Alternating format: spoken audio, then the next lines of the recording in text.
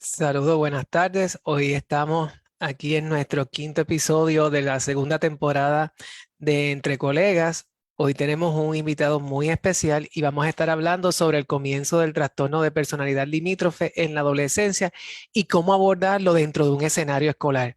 Así que voy a pedirle a la doctora Lebrón, a Elisa, que presente a nuestro invitado del día de hoy. Gracias, Héctor. Así que estamos muy contentos de que el doctor Márquez esté con nosotros. El doctor Domingo Márquez es catedrático del programa doctoral en psicología clínica de la Universidad del BISU, donde también dirige el programa de investigación y terapia dialéctica conductual. Posee un doctorado en psicología clínica de Ponce Health Sciences University y ha presentado trabajos en diversos congresos nacionales e internacionales en las áreas de suicidio, autolesiones no suicidas, sexualidad, psicoterapia, el trastorno de personalidad limítrofe, VIH, SIDA y la salud. Ha sido vicepresidente para México, Centroamérica y el Caribe de la Sociedad Interamericana de Psicología y el subsecretario de la Asociación de Psicología de Puerto Rico. Lleva ejerciendo la práctica privada por más de 10 años y cuenta con adiestramientos del Albert Ellis Institute y en los modelos terapia dialéctica con el Hospital McLean de Harvard. El doctor Márquez Reyes es coautor de Mortalidad en Puerto Rico después del huracán María en el New England Journal of Medicine. Asimismo, fue reclutado como miembro del consejo editorial de 3 revistas de psicología. Galardonado por su estudio de mortalidad de 2018, el doctor Márquez Reyes ha sido entrevistado en varias publicaciones y revistas de noticias, incluidos en New York Times, Psychology Today, Nature y National Geographic. El doctor Márquez ha sido nombrado como psicólogo del año por la Asociación de Psicología de Puerto Rico en 2018, así como el premio Mentor del año en el 2015.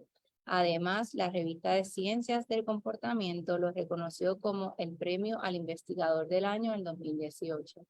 Además, en la Ponce Health Sciences University lo reconoció como profesor del año en 2013 y con el premio al estudiante distinguido en el 2016.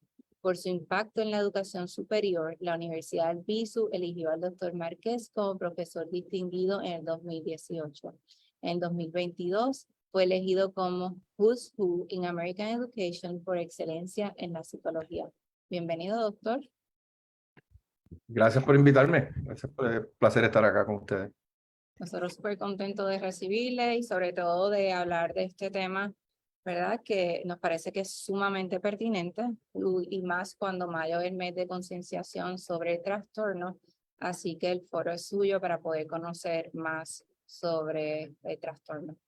Para Claro. las personas que nos están escuchando, también pueden hacer sus comentarios en algún momento o preguntas y en algún momento vamos a contestarla y aprovechar al doctor que esté con nosotros. Bienvenido, doctor.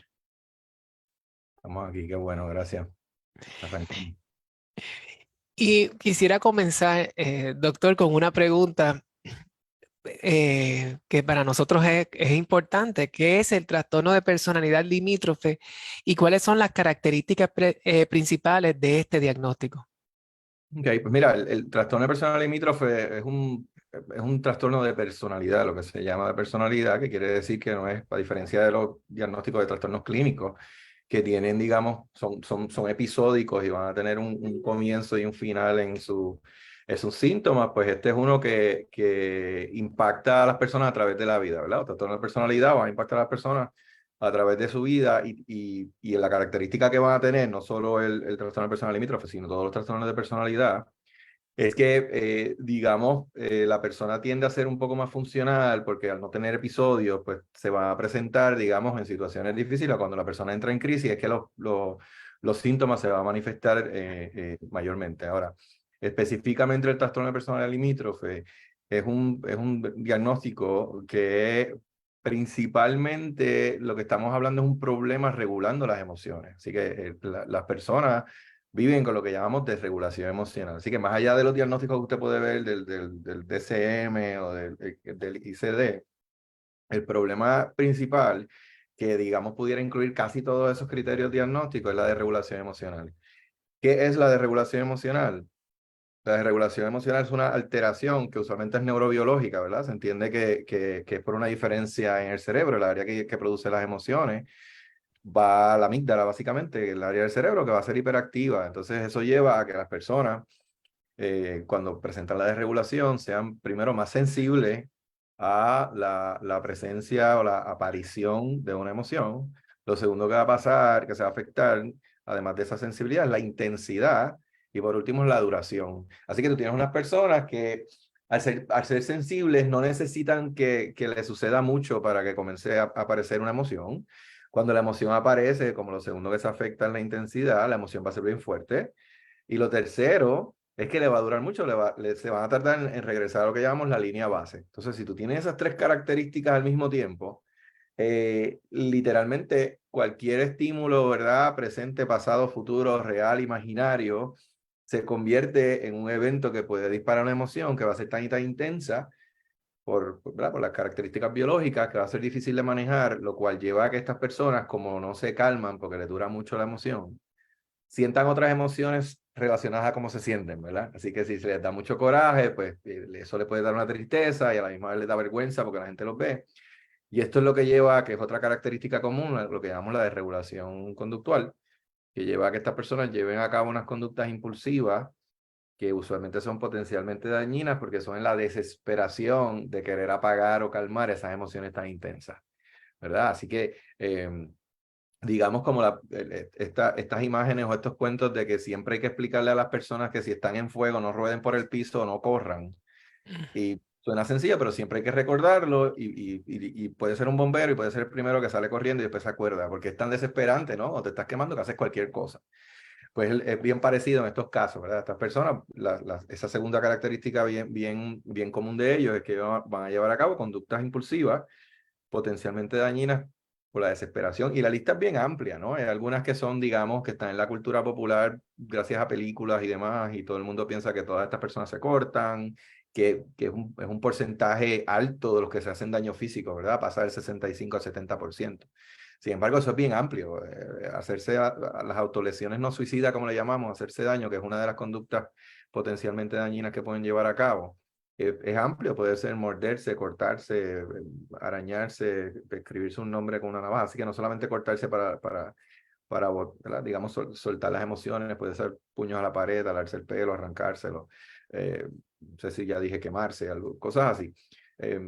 Pero también pueden ser otras, ¿verdad? Como hacer compras de manera compulsiva, darse atracones de comida, robar en tiendas, tener peleas físicas, cambiarse digamos, pues, el peinado, la ropa, la autoimagen, ¿no? Cambios de imagen sin planificar. Hacerse tatuajes sin planificar es otra conducta. Y todas estas conductas las hemos encontrado en investigaciones que hemos hecho con estas poblaciones. Así que son conductas que están en la literatura, como que son tan o más típicas como, por ejemplo, cortarse, que es lo que la gente cree que es lo único que hacen cuando se sienten mal. Lo cual también lleva a que se confunda, obviamente, con bipolaridad, que se confunda con trastornos alimenticios, y de hecho te pueden cumplir los criterios de esos otros diagnósticos. Sin embargo, el borderline, por las características que tiene, se termina convirtiendo como un diagnóstico sombrilla, ¿no? Que si tú puedes tratar ese asunto del trastorno alimenticio, tú puedes tratarlo de alguna, ¿verdad? Otro tipo de condición, uso de sustancias y otras cosas que ellos presentan, y no te va a funcionar aunque trates hasta métodos ¿verdad? Que sabemos que tienen evidencia, incluyendo también problemas de conducta, aplicándolo al caso de ustedes, aún en el ambiente escolar y en la casa, pues van a estar incluidos. Así que un poco resumiendo, tú lo que tienes es dos características bien fuertes que ya mencioné, la desregulación emocional y la desregulación conductual. Y hay otra que es bien característica, es importante explicarla porque es bien amplia, que es lo que llamamos el miedo al abandono. A pesar de que pudieras decir que está incluido en la regulación emocional, porque es miedo, es una emoción, es importante explicarlo de abandono porque a veces pensamos, bueno, si es miedo al abandono, es a que me abandonen, por lo tanto es solamente interpersonal y solamente es en ese momento en que alguien o te va a fallar o te va a dejar o la relación va a terminar. No, porque la clave es que es abandono real o imaginario. Así que ellos son quienes definen qué conductas y qué situaciones significan para ellos abandono. Así que, por ejemplo, si ustedes se fijan, aquí entre colegas, yo soy el único que no tiene el background de entre colegas y no me lo enviaron. ¿Eh? Así que yo soy diferente porque yo soy diferente, pues eso es que Héctor no me quiere, ¿no? O eso fue Lisa, y se pusieron de acuerdo y me dejaron. Entonces, la mente de estas personas Fue fue Héctor, así de no fui yo, rápido. por cierto. Pues Héctor no me quiere y lo bien que nos saludamos cuando estamos por ahí. Y yo que siempre hablo bien de él, pero probablemente no digo nada, porque no necesariamente voy a explotar, pero voy a Se va estar a que verbalizar. Ujú. y entonces probablemente luego me puedo encerrar en el baño si estoy en el trabajo, me encierro en el baño con una grapadora y me empiezo a grapar todos los muslos y luego regreso y nadie se enteró. ¿Eh? Y aquí no pasó nada y nunca le digo nada. Pero eso fue miedo al abandono y puede ser algo tan sencillo como eso que le expliqué. Así que eso viene siendo otra característica, ¿verdad? Hay muchas más, pero ¿por qué? Porque esto es un diagnóstico que hay sobre 200 maneras de presentarlo literalmente, ¿verdad? La literatura nos dice que hay muchas maneras de presentarlo. Y la diferencia entre esas conductas que mencioné que haga la persona también afecta la manifestación totalmente, ¿verdad? Y hay unos asuntos de género, los varones tienden a ser un poco más a presentar unas características particulares, tienden a ser más violentos en esas conductas y tienden a estar más con problemas legales y demás, versus que pues, las mujeres tienden a hacer otras conductas que usualmente precisamente le llevan a crisis y llegan a tratamiento más rápido. Así que los varones con este diagnóstico terminan con problemas legales más rápido, las mujeres en tratamiento. Y en cuestión de prevalencia entre hombres y mujeres que vemos. Muy buena pregunta y es confuso lo que ustedes van a leer. Así que yo te puedo dar todo el shortcut de verdad, de rebuscar la literatura y entender algunas cosas. Realmente es lo mismo, esto se da en hombres y mujeres por igual.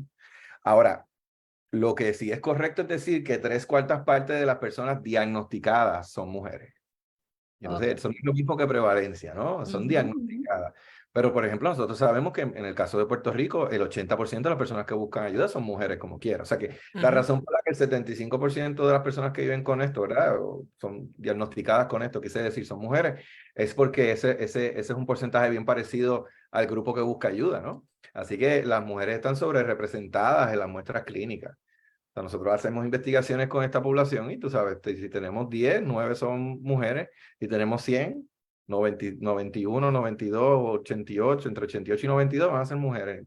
Y pues es por eso. Así que también las investigaciones y lo demás que sabemos de este diagnóstico y lo poco que se sabe de hombres, pues eso mismo, tienen o problemas de sustancia, problemas de violencia doméstica, están en programas de agresores, en programas, ¿sabes? De estos a veces legales en algunos lugares donde ha tenido varias veces has tenido accidentes de auto, te quitan la licencia y tienes problemas en el trabajo y demás. Ellos usualmente están en otros lugares, ¿verdad? En programas de desvío, en la cárcel ¿verdad?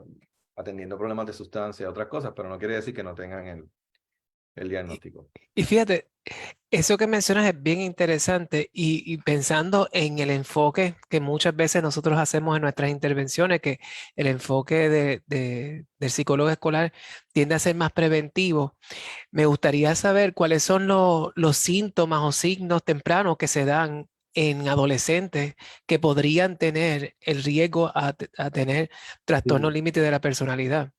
¿Y desde qué edad más claro. o menos se manifiesta? Y primero, exacto. Primero tengo que dedicar un momentito a hablarte un poco de la adolescencia y del tema del diagnóstico. En términos del diagnóstico, yo sigo buscando y no encuentro dónde fue que alguien lo encontró y lo han seguido repitiendo. Pero algo que se sigue no solo repitiendo, sino está enseñando a nivel graduado, es que esto no se diagnostica y que en la adolescencia o en la niñez no sabemos de dónde salió eso porque en ningún sitio lo dice, sin embargo, hay mucha gente lo repite. Y no solo esto, sino cualquier trastorno de personalidad. O sea, en ningún lugar en el DSM ni en ninguna regla de diagnóstico te dice que no se puede diagnosticar antes de los 18. Lo que te dice es que tiene que haber un patrón antes de los 18, ¿no? ¿Okay? Que se tiene que presentar. Ahora bien, teniendo en cuenta las etapas de desarrollo y el asunto de adolescencia, pues tampoco es que uno sale corriendo a diagnosticarlo a lo loco, ¿verdad?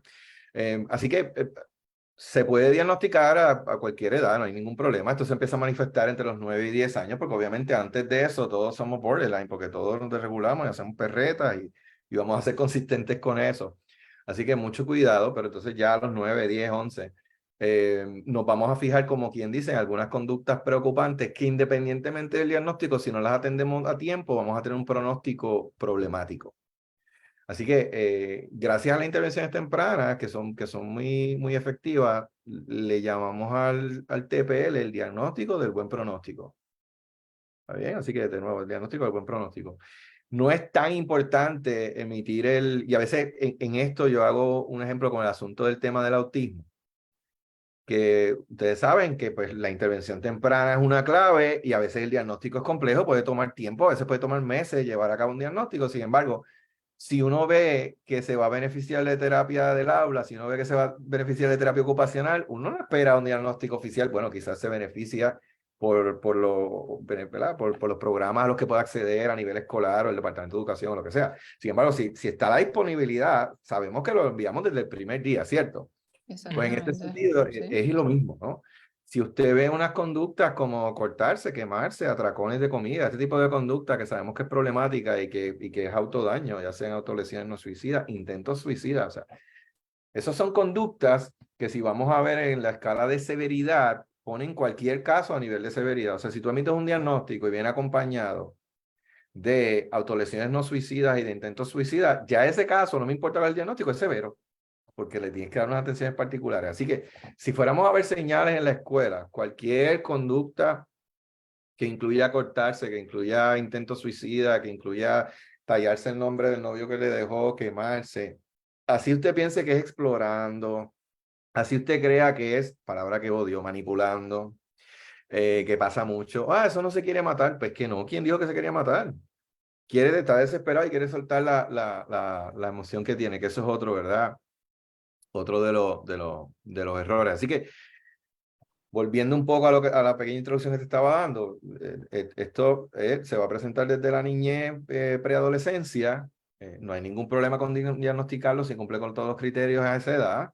Y precisamente lo que queremos es intervenir lo más rápido posible, porque a veces también estos diagnósticos pueden coger tiempo, pero queremos las intervenciones directas con la familia y con el niño o con la niña, para poder enseñarle destrezas de cómo bregar con sus emociones y el ambiente escolar y demás, y también poder mandar recomendaciones de inmediato a la escuela, que, ¿sabes? Que pueden ser muy variadas, ¿no? Pero pueden ir, la mayoría va a ser también que le den un espacio para hacer alguna de las cosas que se les recomiendan, alguna de las destrezas, puede que tenga que llevar algún artículo, algo que se les recomendó, que descubrimos que funcionaba, desde un aceite, una cosita, un jueguito, algo que manipule con las manos, que puede tener una cartucherita o algo que le permita usar eso, por dar un ejemplo.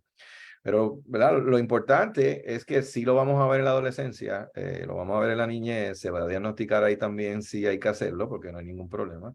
Y todo lo que se ha hecho en los últimos años, el National Education Alliance, National Education Alliance for Borderline Personality Disorder, NEA-BPD, ha hecho una serie de congresos y trabajos y ya llevan cerca de 8 a 10 años con esto, enfocado, incluyendo las conferencias que le llamaban GAP para cerrar la brecha, ¿no? Entre la atención que se le da a los adultos con este diagnóstico, que aún así están atrás, ¿no? Versus en términos de adolescentes y niños. Y de hecho en San Juan hicimos una en el 2017. Fue una de las sedes de estos congresos. Así que el esfuerzo está ahí por poder orientar a otros profesionales a que entiendan que esto está así.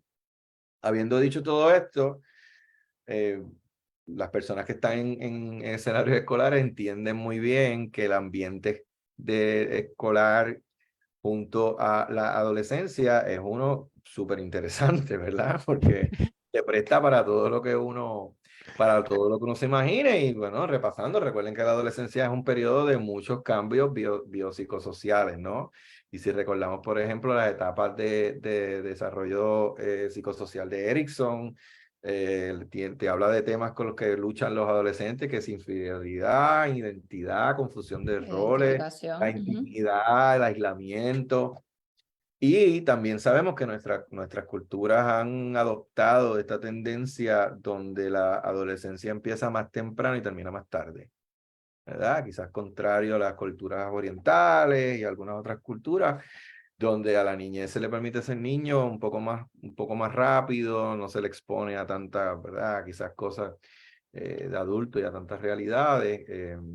Y pues aquí empiezan más temprano y a la misma vez es interesante, pero culmina más tarde. Así que esa adolescencia se expande y es la realidad. A veces aquellos que dan clases en cursos subgraduados saben que a veces le llegan todavía adolescentes y están de 18 años y en la universidad y están trabajando como si fueran adolescentes. Pero fíjense, además de eso, hay unas características de la adolescencia que son bien relevantes al TPL, porque la adolescencia te pide que tú desarrolles unas capacidades o que tú tengas unas destrezas específicas que la persona que tiene o que vino con el cerebro que es propenso al trastorno de personalidad limítrofe no va a tener, o se le va a hacer bien difícil, ¿verdad?, presentar.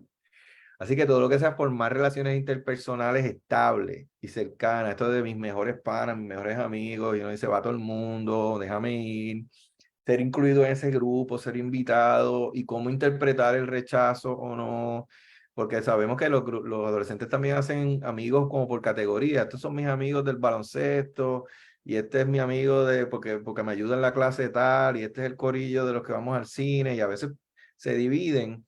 Y algunas de esas cosas se pueden interpretar como rechazo, ¿verdad? Para estas personas que viven con este diagnóstico. El asunto del pensamiento abstracto, el pensamiento crítico, el maestro no te está atacando, te está pidiendo que pienses más o no, eso a ti te exige más porque te considera mejor estudiante.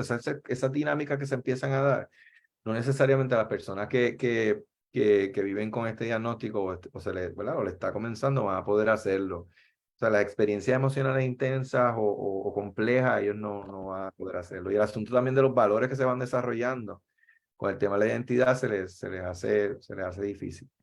Yo creo que es un reto poder diferenciar y lo que es la intensidad emocional de lo que conlleva lo que es la adolescencia típica y la intensidad emocional que conlleva un diagnóstico de TPL, que es mucho más intenso y severo en cuestión de lo que es la conducta que presentan.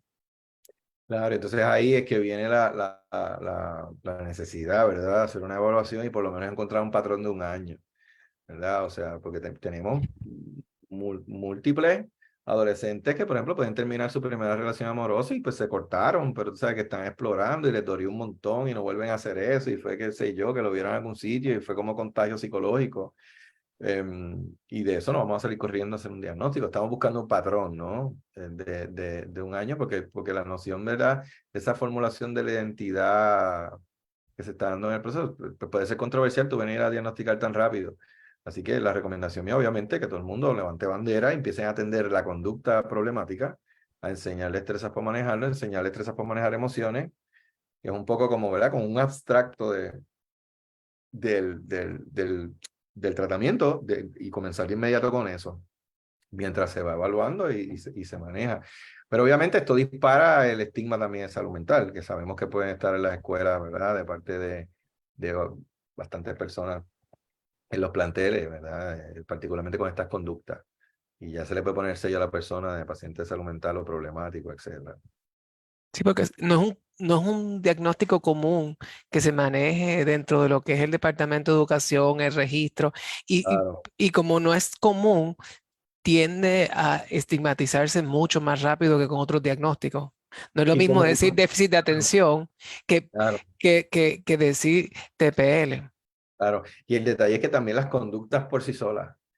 Así que en lugar de como yo digo, el automáticamente preocuparte y atenderlas, se presta para múltiples reacciones asociadas al estigma, que, o sea, por ejemplo, el cortarse o el miedo al abandono, la interpretación del rechazo, ¿verdad? Y quizás entrar en una crisis por algo que se imaginan, y ay, déjate de changuería, eso no era. Es mucho más fácil también invalidarles y entender esa experiencia como absurda o como y sin que se hable de un diagnóstico, ¿me entiendes? O sea, que solamente las conductas que ellos presentan rápido se van a estigmatizar como que está loco, es un exagerado, es un manipulador. Sí, y cogen y lo despachan como también como la adolescencia. Esto es normal de la adolescencia, entonces se despacha y no se presta la atención que necesita. Pero como usted Claro. bien dice, la clave está en el patrón conductual que Sí. estamos observando.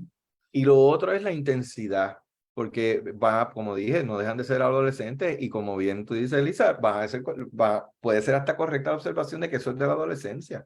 Lo que pasa es que no le dura 3 días a los adolescentes, a los demás, ¿me entiendes? O no se o no se tiraron de tal sitio, o no se fueron de la escuela corriendo, o no hicieron tal cosa, o no rompieron algo. O sea, es la intensidad también lo que tenemos que empezar a identificar como algo ¿verdad?, que podemos que podemos ver. Entonces, cuando esas personas vienen con esa cablería o ese cerebro que es distinto, y también vienen o crecen en ambientes que presentan algunas características que van a disparar el diagnóstico todavía más, pues eso también son cositas a observar. Así que si se sabe que hay abandono de figuras de apego, ¿verdad? Cuando todas las personas que tú confiaste, y abandono necesariamente es el clásico de que papi se fue o mami se fue y me dejaron solo. También abandono puede ser que alguien, o sea, mi abuelo que me cuidaba se murió. Y hay adolescentes que cogen coraje porque de repente yo estoy solo y me dejaste solo con abuela que lo que hacía era gritarme y tú eras el que me cuidaba. O sea, estas dinámicas se dan. Y si ya yo vivo con ese problema emocional y quien a lo mejor estaba ahí para ayudarme no está, eso yo lo interpreto como abandono también. Y es una herida difícil de verdad de manejar. Así que dinámicas familiares con comunicación disfuncional, que la persona se pueda expresar, que le invaliden, cada vez que muestren esta experiencias emocionales fuertes, se les diga que exagerado, no es para tanto. Dame acá, yo lo hago, porque tú no sabes, yo era más que María Magdalena, ese tipo de cosas, ¿no? Que también puede incluir negligencia, abuso emocional o físico, obviamente historial de acoso, de bullying, vivir bajo los niveles de pobreza, que sabemos que en Puerto Rico la precariedad no es que a veces como la gente se imagina, hay gente que cree que pobre es no comer en 3 días, y también incluye tener dinero y no saber cómo resolver problemas con eso. Y que eso es pobreza estructural, ¿verdad? Entonces mucha gente no entiende que en Puerto Rico hay unos problemas de pobreza que no son los que vemos en las películas, que la gente está descalza y no tiene nada que comer, que eso existe en Puerto Rico, ¿verdad? Que también mucha gente lo olvida. Sin embargo, también hay personas que tienen serios problemas familiares y tú le puedes dar $5,000 y no lo resuelven. Y no por el viejo cliché de que el dinero no compra todo, sino que no conocen gente, cosas, solución de problemas ni capacidades, ¿verdad? O sea que hay asuntos de pobreza que son complicados, ¿verdad? Y eso pues también va a ser un problema. Tenemos por acá, Ajá. Héctor, unas preguntas en el chat. La primera ya se contestó, ¿verdad? ¿Desde qué edad se diagnostica este trastorno? Así que ya eso lo hablamos. La doctora Miro, que siempre nos acompaña, saludos doctora, dice que recomienda que un maestro o una maestra haga cuando se presenta alguna manifestación en el salón de clase. Yo creo que eso ya está alineado de lo que también teníamos pensado Sí, dialogar contestarlo, con... sí. Eso, Pues mire, eso- ajá, bueno, yo creo que lo primero, si queremos contestar a esa pregunta, lo primero que se necesita es lo que llamamos una mente curiosa. Una mente curiosa. Así que cuando yo escucho cualquier cosa de esto, yo lo que quiero, si yo soy maestro y que yo necesito una mente curiosa, y cómo se va a manifestar esa mente curiosa, ¿verdad? A nivel concreto, es que yo no voy a llegar a ninguna conclusión de por qué el estudiante está llevando a cabo la conducta que me preocupa, y yo voy a pensar, o se supone que usted parte de la premisa, que hay alguna sabiduría detrás de lo que hizo. Me explico. Aún una conducta absurda como cortarse, quemarse, hacer lo que ellos hagan, hay algo de sabiduría detrás de eso. Es decir, la persona está buscando un alivio, claro, una solución a corto plazo por un problema a largo plazo. Claro, correlaciona con muerte por suicidio, por lo tanto no queremos que se haga. Ahora, a la persona en su mundito, por ese segundo le funcionó y lo puso a pensar en otra cosa. Es un dolor que controla, a diferencia del dolor emocional. Pregúntele, acérquese con curiosidad, sin juicio, ¿verdad? Sin estigma, pregúntele, ¿ok? Aparte, no le haga comentarios sobre eso en el salón en público, y pregúntele. Cosa de que se dé cierta confianza y que dé la impresión de que usted sí entiende, a diferencia de otras personas.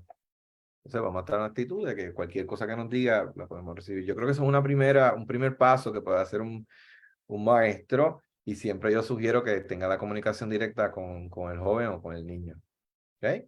Antes de, y obviamente si hay que activar algún protocolo o decir algo, pues se le dice, tú sabes que yo tengo ahora que hacer tal y tal cosa, y yo sugiero que le acompañe, pero yo voy a estar contigo, vamos a hablar y vamos a la trabajadora social, o vamos a llamar a la directora y tenemos que llamar a papi o mami, y yo voy a estar ahí, y vamos a participar de esto, y si hay que hacer un referido, etcétera. Así que yo creo que es eso, porque tampoco queremos entrar en intervenciones heroicas donde le voy a decir al maestro, usted va a hacer esta intervención y le va a decir esto y no. Ni tampoco vamos a decir que lo ignore. Así que, pero ¿verdad? Con una actitud tampoco demasiado preocupado ni tratando a la persona con fragilidad, no se va a romper, ¿entiendes? Así que cuidado, ay Dios mío, se corta, le va a coger pena y lo va a tratar como un paciente de salud mental que si yo le hablo de esto se corta, o se va a volver a quemar, o se va a volver a... así que no, usted entiende que la persona aguanta, la persona sabe lo que ha hecho esto antes o lo hizo y van a hablar como si usted hubiese hablado de eso 1000 veces con alguien. Eso es lo que llamamos, ¿verdad? Cierta irreverencia. Pero yo lo que sugiero es un acercamiento con curiosidad, ¿ok? No caer en la trampa de pensar que esto es manipulación y que a mí no me va a coger. Y eso también es otro problema. Miren, les digo, ¿no? La gente que manipula, para manipular, que por definición es llevar a cabo una conducta con la intención de que otra persona haga lo que usted quiere, ¿no? Manipular se hace en frío y de manera calculada, ¿no? Estas personas son impulsivas. ¿Ok? Así que claro que ellos manipulan igual que tú, igual que yo, porque todos manipulamos. O sea, los regalos de San Valentín son manipulación. Sí, sí, sí, yo estoy comprando algo para que tú me estés dando de lo que me gusta. ¿Eh? O para que dejes de hacer lo que no me gusta. Si me estás mortificando estos días, acuérdate que te quiero, aquí te regalo. O un poco de las dos. Sorry, pero por la Real Academia Española, la definición, lamento informarle que esas flores que le regalan en San Valentín es manipulación. Así que cuidado, que todos lo hacemos. Así que claro que ellos manipulan y claro que nosotros también. El asunto es que si, piénselo bien, si cortarse lo hacen para que mami me lleve a comprar ropa, que puede ser, pero eso lo único que significa es que me reforzaron, porque cada vez que me corto salen corriendo a comprarme ropa. Y todo el mundo sabe que lo hago para eso. ¿Dónde está la manipulación? ¿Y dónde está? Si lo está haciendo de un acto desesperado. Así que sentirse manipulado no es evidencia de que te están manipulando. Y muchas personas cometen el error. Entonces, cualquier intervención, así sea educativa o terapéutica, es completamente errada si usted se defiende de la manipulación diciendo a mí no me van a coger, pues como si fuera una competencia de quién es el tonto. Tampoco digo la otra palabra. ¿Quién es el bobo? Así que con eso, pues, digamos, no ganamos nada. Lo único que ganamos entonces es se pierde una oportunidad de que con curiosidad entender mejor a la persona. Pero mucha gente hace eso, está manipulando conmigo, sí que no, a mí sí que no me va a poder coger. ¿Y qué lograste? Como si fuera una confrontación ya de Por poder. eso, ¿de qué te protegiste? O sea, pues habla con la persona, me está curioso que hagas esto, y tendrá algo que ver con que mami te lleva a comprar el juguete cada vez que lo hace. Pues entonces lo que hay que hablar con mami, que aprenda, ¿verdad?, a manejar esto de otra manera y hay que intervenir aquí, cambiar un poco el ambiente. Pero eso es otra cosa, ¿verdad? Que a veces pasa mucho ese no se quiere matar, pues ¿quién dijo que se quería matar? Pero piénselo bien, o sea, si mínimo esta persona tiene el juicio bien afectado, porque si yo para dejarle saber a mis maestros o a la escuela que tengo problemas en casa y me estoy cortando, cuando hay 60,000 maneras de yo hacer eso que son más adaptativas, pues mínimo tengo el juicio bien afectado y estoy tomando decisiones muy malas. Así que cuando lo descartan como que se está cortando, pero eso es para manipular. Ajá, ¿quiere decir que eso está bien entonces? Porque si tú te proteges, no lo estás atendiendo. No se hace un referido, no llega a ningún sitio. Y también hay unas intervenciones importantes que hacer y hacemos los especialistas en estos temas con la gente que hace eso por manipular o por lo que sea, pues también hay que intervenir con ellos, porque si no, imagínense la vida de esas personas. Si aprenden que para pedir algo usted se hace daño físico o usted tiene un intento suicida, así sea de embuste, porque son peligrosos los intentos de embuste, suicida. Y Y la es muy literatura nos dice interesante. Ay, discúlpame, es muy que interesante decir, ver que muchos de lo que estamos hablando como especialistas, a veces tenemos que hacer intervenciones con los mismos cuidadores para dejarles saber, entonces, qué es una manipulación para que ellos tengan la oportunidad de acercarse a ese adolescente o a ese niño, ¿verdad? En momentos importantes y no despacharlo de esa manera. Y claro, siempre aquí nos viene toca psicoeducar. eso mismo. Aquí viene la psicoeducación sobre sobre lo que son las autolesiones no suicidas, que por eso me encanta el nombre, para que no quepa duda, no suicida. Y se le explica que es un daño intencionado al cuerpo sin intención de morir. Y se le puede explicar a las personas, al personal de la escuela, esta persona no se quiere matar, no quiere morir. Y se le explica también que también hay una línea fina porque esta conducta correlaciona con morir por suicidio. Así que el problema es que cuando tú tienes estas personas, no se quieren morir, no quieren suicidarse cuando llevan a cabo esta conducta, pero si tú la dejas esa conducta ahí por años, esas personas mueren por suicidio. El 10% de las personas que tienen este diagnóstico mueren por suicidio. Eso es un número mayor que algunos tipos de cáncer. Y no todos presentan conducta suicida. Trate esa matemática simple ahí. El 10% de todos los diagnosticados mueren por suicidio. Y de esos todos diagnosticados, no todos llevan a cabo conducta suicida. Estos son los casos severos. Quiere decir que probablemente ese número es 30 o 40%. Es bien alto de las personas que son severos. Y sabemos que un intento suicida aumenta como un 30% que tenga un segundo. Y un segundo todavía más. Y ya para un tercero o un cuarto es como 66-75% de probabilidad que tienes otro. 4 o más es bien probable que vas a morir por suicidio.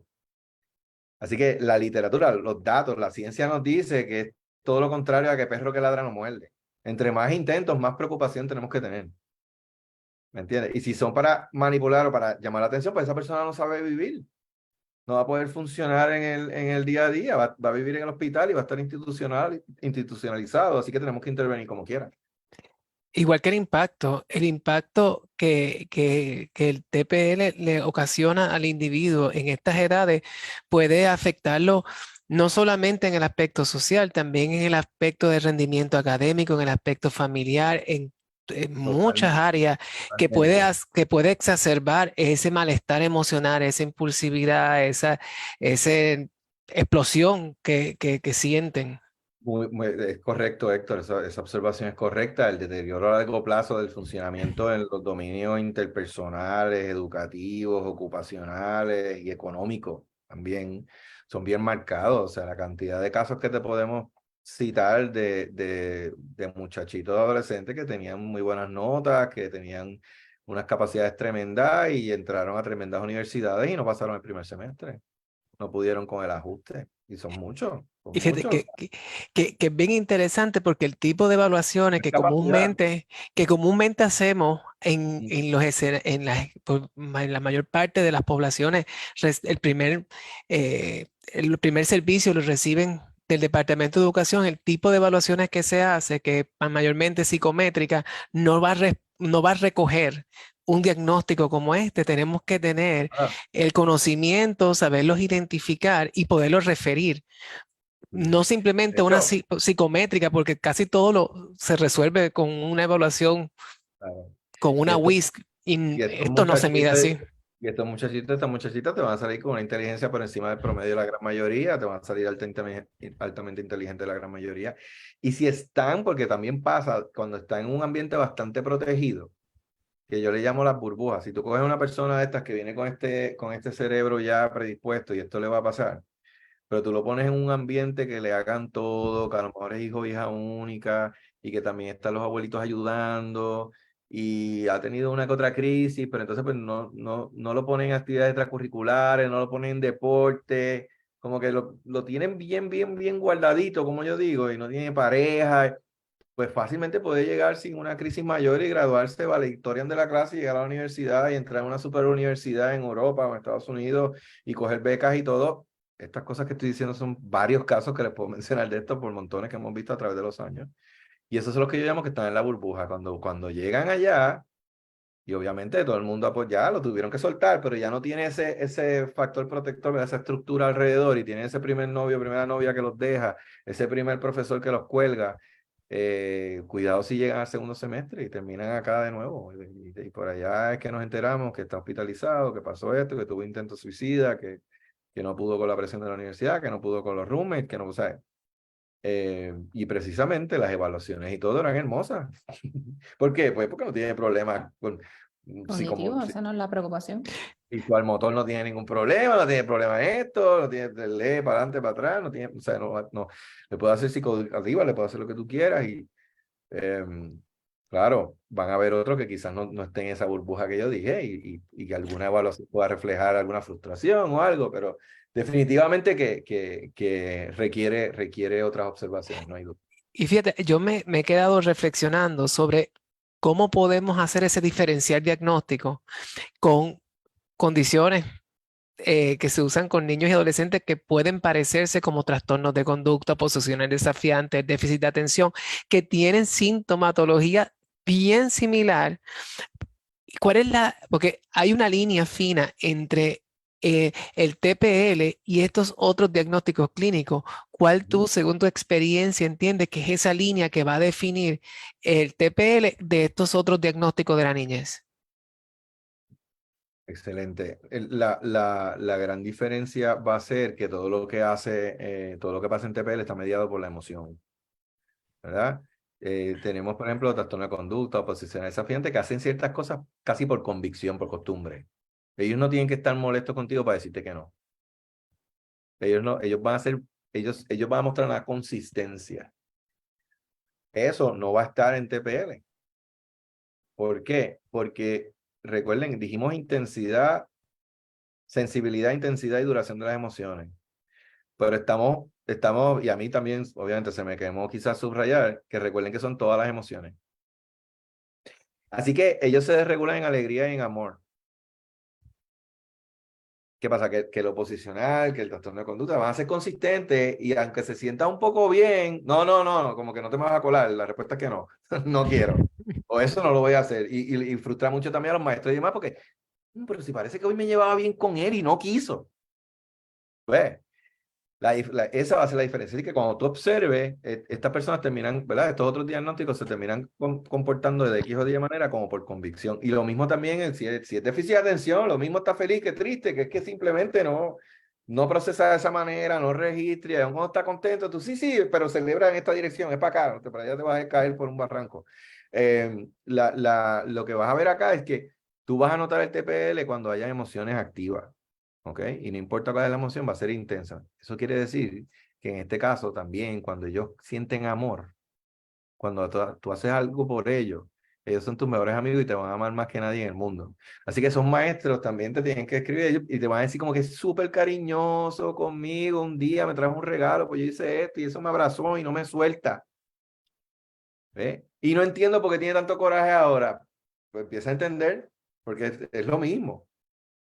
¿Verdad? Es el mismo patrón. Cuando hay una conducta intensa, son impulsivos. Así que no midió fronteras y fue y abrazó al maestro y no le importa y a lo mejor no es apropiado o está en las reglas de la escuela, qué sé yo, pero como quiera, abrazó al maestro y le trajo un regalo porque ese día había alegría y amor. Y es impulsivo. ¿Eh? Y de nuevo, y también los van a ver así. Y estas son las mejores personas para poner en organizaciones de ayuda comunitaria porque cuando ellos sienten alegría y amor y cuando sienten culpa y cuando se sienten mal por alguien, ellos ayudan a quien sea. ¿Eh?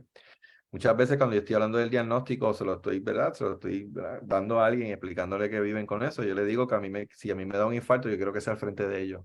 Y se quedan así como, y yo, sí, primero que a mi familia, al frente tuyo. Dice, ¿por qué? Y yo digo, porque tú vas a hacer cualquier cosa para salvarme, porque el miedo que te va a dar, que el viejo caiga a patas arriba al frente tuyo. Y yo le digo, yo mido 6'2" y peso como 200 libras, y tú me vas a arrastrar y vas a poder conmigo, y no sabes guiar, pero vas a guiar estándar y me vas a llevar al hospital porque eres tan impulsivo y la emoción es tanta que el miedo, o si sintieras amor por mí, ¿ves? Ese es el tipo de cosas. Así que recordar que son todas las emociones y que también hay que observarlo, porque se pueden meter en problemas cuando sienten alegría y amor, porque desde la perspectiva de nosotros no hay emociones positivas y negativas. Es una mirada que yo entiendo que funciona en otro escenario, pero como se habla de TPL no podemos tener esa mirada. Hay emociones positivas, atraer las emociones positivas. En emociones positivas, ellos se celebran y gastaron todos los chavos y se ven una botella de vodka y amanecen en la casa de alguien que al otro día que ni conocen. Estaban llenos de alegría y de amor. ¿Eh? Y se enamoran muy rápido y se molestan también muy rápido. Todo es muy rápido, todo es intenso. Y Y en entonces adolescencia, esa intensidad es llevarlos a conductas de alto riesgo desde bien temprano en su claro, desarrollo.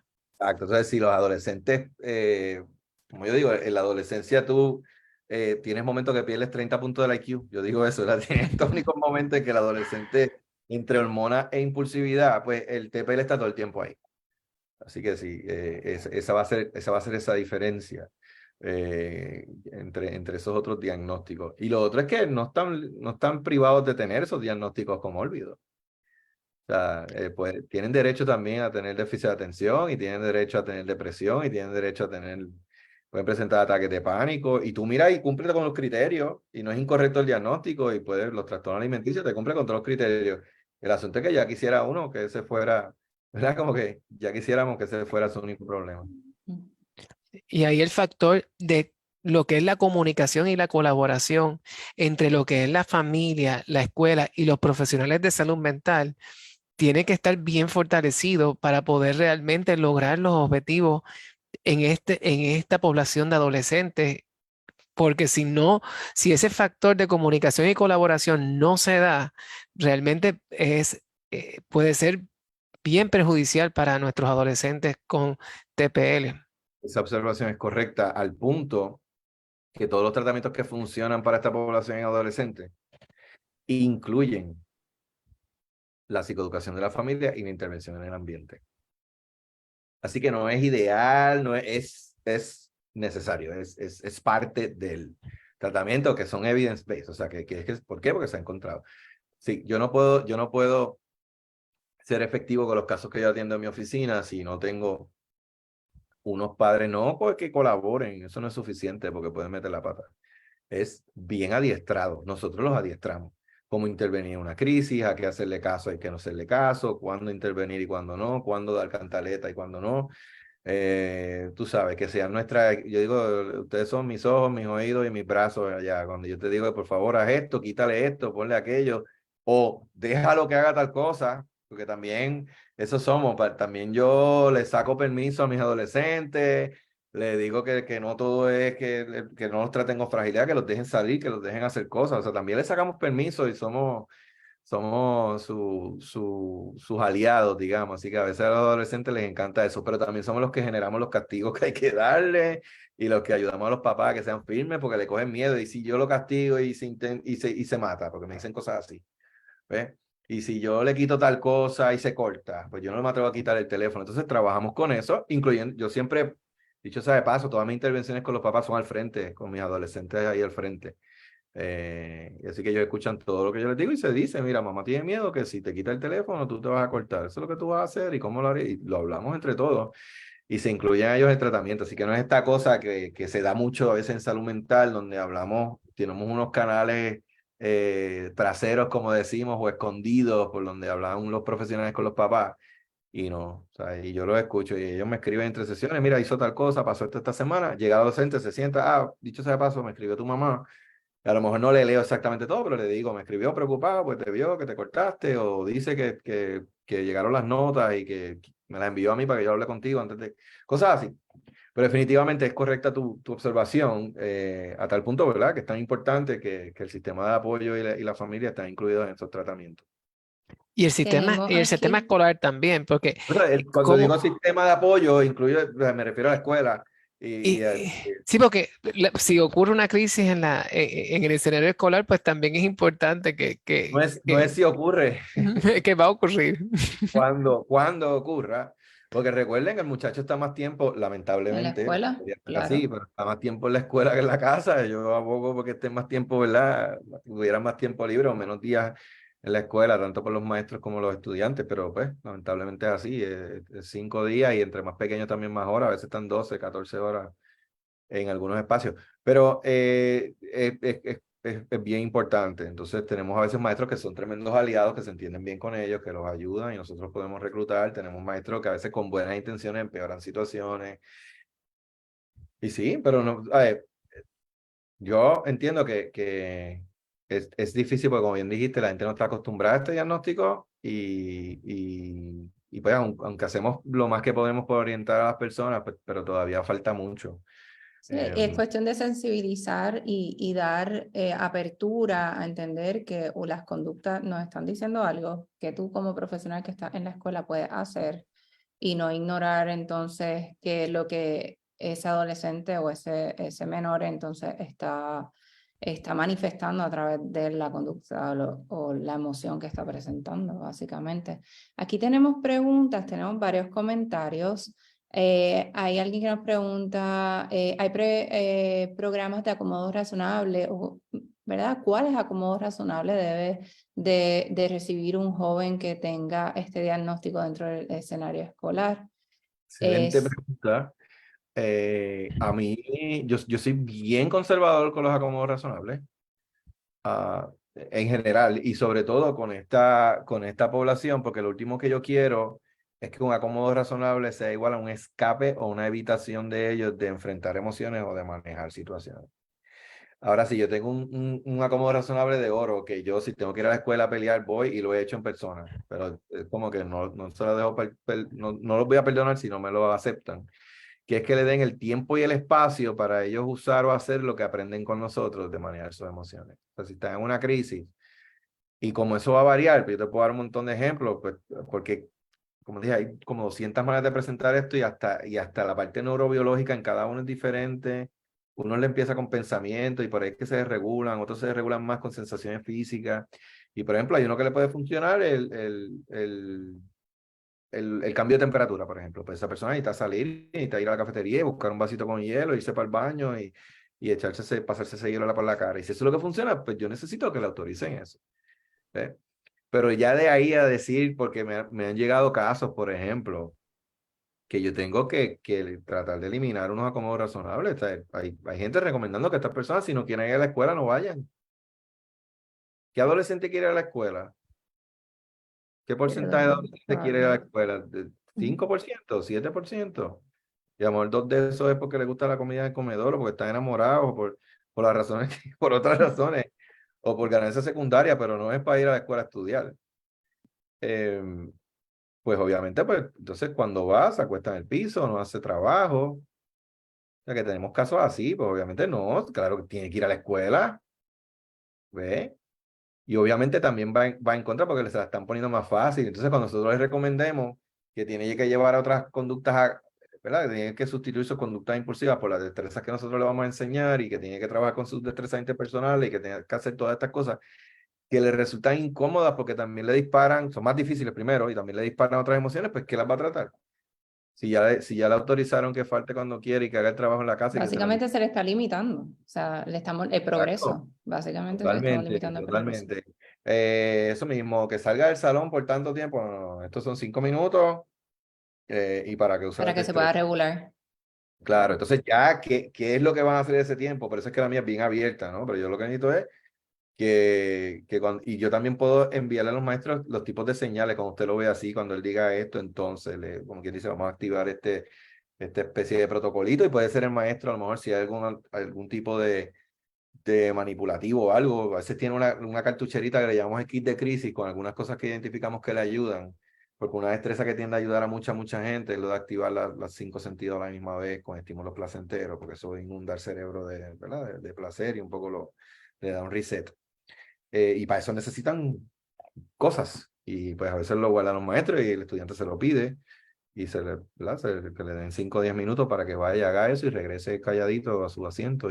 Pero esos son ejemplos. Pero sí, somos conservadores porque también puede ser contraproducente que tenga un montón. Así que y como muchos no tienen realmente problemas académicos serios, pero sí pueden tener algunas cosas que se han arrastrado eh, digamos, por X o Y clase que le caía mal el maestro y nunca aprendieron a dividir, pues ahora tienen problemas para las próximas matemáticas que vienen y han desarrollado una actitud difícil, o sea que a veces pasa y requieren quizás un tiempo adicional con unos temas, o si es algo verbal, a veces la expresión de cosas emocionales lleva a que tengan alguna dificultad para expresión verbal.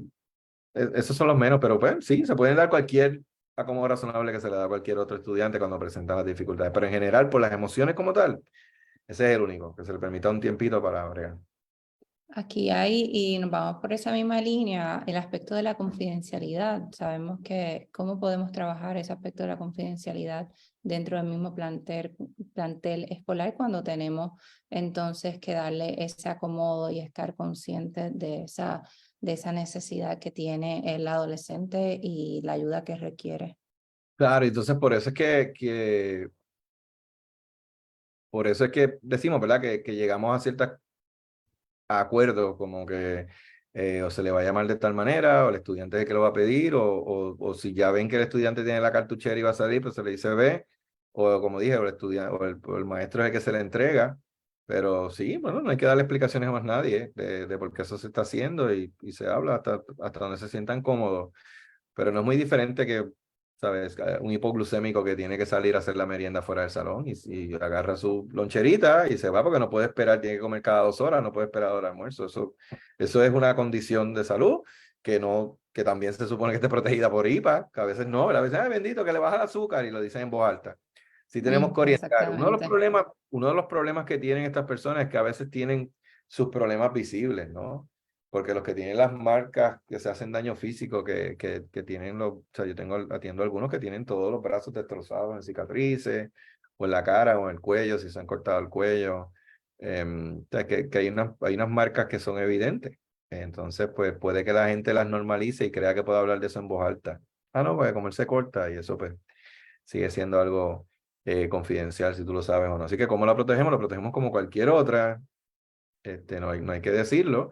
Y obviamente se le pregunta a la familia y demás cómo quieren que se maneje o que se aplique esa recomendación, ¿verdad? En el caso de que se les diera a ellos. Y por esa línea nos dice la doctora Seda, ¿qué es lo más difícil que se le hace a un padre, madre o encargado, ¿verdad? Al momento que saben que un hijo es diagnosticado con TPL. Muy buena pregunta. Mira, cuando es diagnosticado, la gran mayoría de la gente lo que siente es alivio. Claro, si se hace un buen diagnóstico y viene acompañado de toda esta psicoeducación de que es un diagnóstico de buen pronóstico, porque la sensación es al fin. Pues acuérdate que estas personas han brincado de diagnóstico en diagnóstico y a veces en muchos sitios de evaluación le da un diagnóstico, pero no viene acompañado del tratamiento adecuado. Entonces, cuando usualmente hacemos estos diagnósticos en los programas, que hemos hecho un montón de evaluaciones ya y que se les ha educado sobre eso, la realidad es que es una sensación positiva en la mayoría de los casos, gran mayoría de ellos, y de alivio. La sensación es, ok, al fin esto me cuadra. Contrario a lo que pensaríamos, ¿verdad? Que parecería como que te están inundando con algo fuerte, porque recuerda que ya ellos están viviendo lo fuerte, simplemente llegamos a ponerle un nombre y a darle esperanza. ¿Ves? Que a diferencia de otras cosas, no es como que eso que tú ves, tú no sabes todas las repercusiones que tiene. Ellos saben, porque esto es algo que ellos están viendo. El sufrimiento lo están viviendo todos, y uno lo que llega a ponerle un nombre y decirle, ay, ¿cómo bregar con esto? Quizá a diferencia de otros diagnósticos. Ah, no, que es mutismo, que esto, no, espérate, siéntate, te tengo que explicar, es que el muchacho no sabe ni leer, es que no sabe ni hacer esto, es que esto es peor de lo que tú creías. Acá esto es tan malo como tú creías, pero mira, hay esperanza.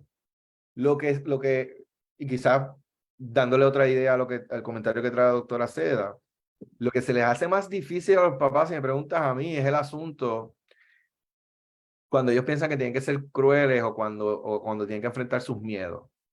¿Verdad? Sus miedos, cuando creen que le están haciendo daño a su hijo, con algunas recomendaciones que le damos. Cuando le decimos que le pongan límites, porque es bien difícil tú encontrar una carta de tu hijo despidiéndose y diciendo que se va a matar en 2 semanas.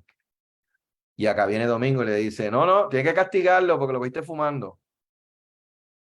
¿Ves? Y dice, pues que si lo castigo y me quedo 1 semana con él, la última semana de su vida va a estar castigado. O sea, ese asunto del miedo a que se pueda hacer daño, el miedo de que se va a morir, el miedo de que lo voy a empeorar, de que me va a odiar, de que no me va a hablar, ese tipo de cosas es lo que se les hace más difícil. O sea, usualmente es aplicar esas recomendaciones cuando le decimos que están reforzando de alguna manera la conducta o que tienen que ser un poquito más fuertes, etcétera. Eso es lo que se les hace más difícil. Si hablamos en cuestión de grupos de apoyo para padres, ¿existen grupos de apoyo para padres actualmente? Sí, tenemos un programa que adaptamos a Puerto Rico y se hizo la traducción de todo el tratamiento que se llama Vínculos Familiares, que viene de Family Connections, que es del mismo NEA-BPD que les comenté, y son unos módulos, literalmente como unas clases que se les dan a los familiares, donde tienen que hacer asignaciones y practicar de unas destrezas que se les enseñan. Así que no solo psicoeducativo, sino que es de apoyo, porque es multifamiliar y están todas las familias juntas. Y a ese grupo pueden ir también hermanos, esposos, parejas, de cualquier persona que viva con el diagnóstico. Y entonces ahí, pues ellos van a recibir todas las destrezas para manejar las crisis, cómo expresarse, cómo reparar la relación, cómo decir que no, y sobre todo entender y aprender a validar a estas personas mucho. Además de eso, también existen unos que son también multifamiliares, pero incluyen a adolescentes y a los papás juntos. Y para eso también hay evidencia que tiende a funcionar. Hay varias modalidades que ayudan, pero en Puerto Rico sí contamos con Family Connection, un programa totalmente gratuito. Lo único que se pide es un donativo si lo quieren hacer al NEA-BPD. Lo ofrecemos desde la Universidad Carlos Albizu en San Juan, a través de la clínica en Mayagüez y también en Ponce Health Sciences University, que tenemos el programa allá. Yo soy la persona que puede adiestrar en español para esto y más o menos una vez al año adiestramos a estudiantes y a familiares, que tenemos algunos familiares que corren también en esos grupos. Y entonces sirve de un grupo de apoyo para eso. Domingo, y una última pregunta, creo que está alineado a algo que se está comentando en el chat. Cuando tenemos en la escuela una conducta que se activa el protocolo suicida, aunque no haya la intencionalidad, ¿cómo podemos manejar eso en la escuela que no afecte adversamente al adolescente o al menor? Excelente pregunta, porque como que comenzamos y entramos un poquito en ese tema, pero no lo tachamos, digamos. Sí, uno de los problemas que hay es que o sea, hay múltiples diagnósticos erróneos, intervenciones erróneas, y una de las principales es pensar que porque alguien se corta o porque alguien se toma 3 pastillas o algo así, quiere morirse y ni siquiera le preguntan a la persona y activa un protocolo y termina hospitalizándolo.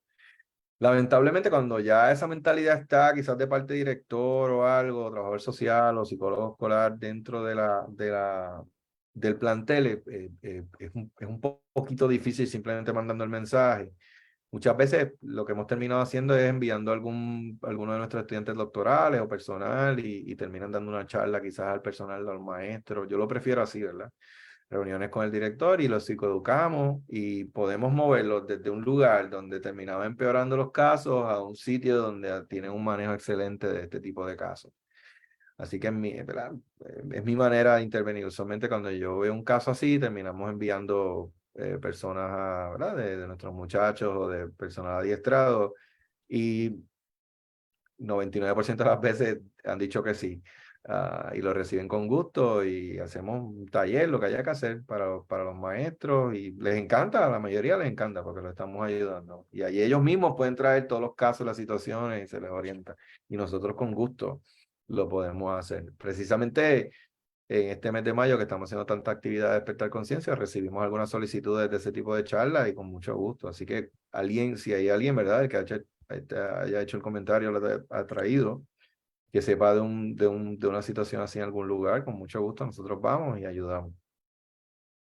Gracias, ¿verdad? Por estar con nosotros, por compartir su conocimiento sobre el tema. Yo creo que tenemos mucho interés de continuar hablando sobre el tema. La doctora Bulón nos dice que gracias por compartirlo, que está en las escuelas que trabaja, ve muchas conductas y cada vez más de niños y jóvenes que llaman la atención y que tienen que hacer las intervenciones pertinentes.